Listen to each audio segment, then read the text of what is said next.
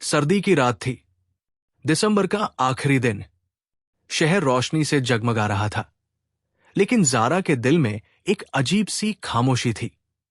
Zara की उम्र 25 साल थी।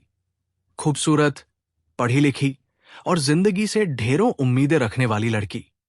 लेकिन पिछले कुछ सालों में उसने सिर्फ लोगों को जाते हुए देखा था। कोई अपना वादा पूरा नहीं कर पाया, कोई उसके दिल की गहराई तक नहीं पहुंच सका। न्यू ईयर की रात सब खुश थे, लेकिन जारा अकेले चल रही थी, शहर के उस पुराने बुक कैफे की तरफ जहां वह अक्सर सुकून ढूंढने आया करती थी।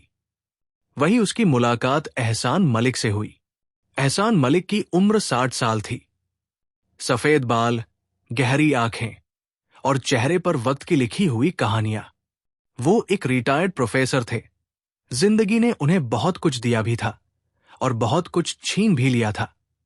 उनकी पत्नी का 15 साल पहले इंतकाल हो चुका था और उसके बाद उनकी जिंदगी सिर्फ जिम्मेदारी और खामोशी बनकर रह गई थी। पहली मुलाकात। न्यू ईयर की रात कैफे में बस कुछ ही लोग थे। जारा ने कॉफी ऑर्डर की और खिड़की के पास बैठ गई।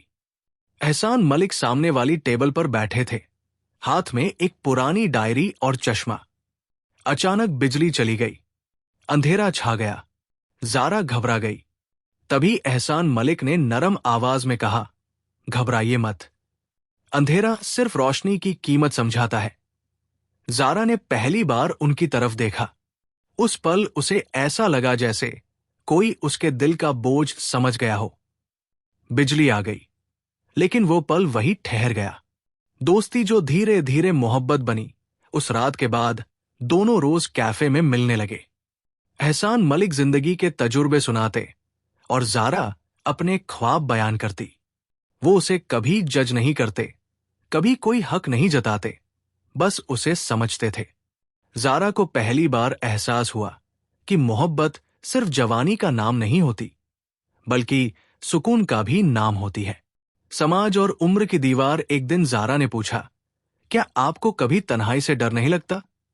एहसान मलिक मुस्कुरा दिए। डर लगता है, लेकिन मैं उसे समझ चुका हूं। जारा चुप हो गई। उसे समझ आ गया था कि ये सिर्फ दोस्ती नहीं थी, ये मोहब्बत थी, गहरी, खामोश और सच्ची। लेकिन फिर सवाल उठा, 25 और 60, क्या ये मुमकिन है?